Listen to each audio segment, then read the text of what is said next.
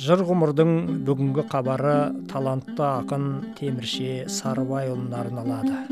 Темірше Сарыбайұлы 1941 жылы 18 қарашада Қызылорда облысы Жалағаш ауданы Мырзабай Ахун ауылында дүниеге келген.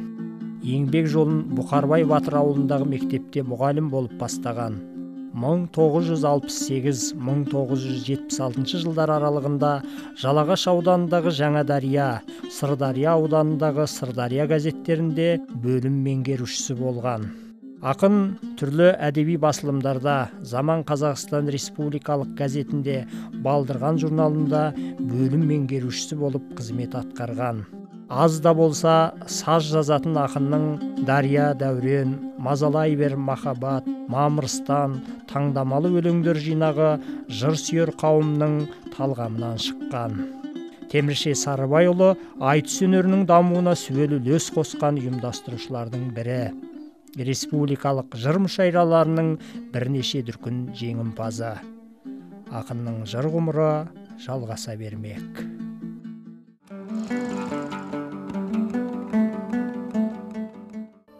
Жер сатылмайды. Сөйле көңіл, сөйле тіл, сөйле жүрек. Кейде шалқып қаламын, кейде жүдеп. Шындыққа да қарайды шекесінен. Тамағы тоқ, бәз біреу көйлегі көк. Өтірікті біледі, өрлігім деп. Алуаздай алтынды кенді күріп.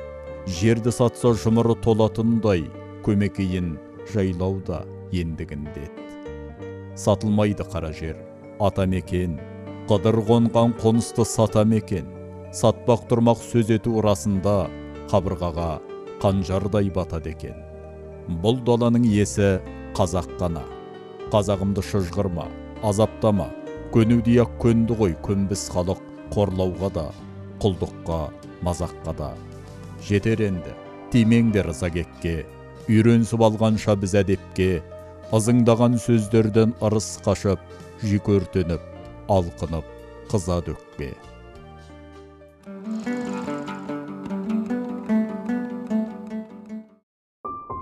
Қымбаттайды.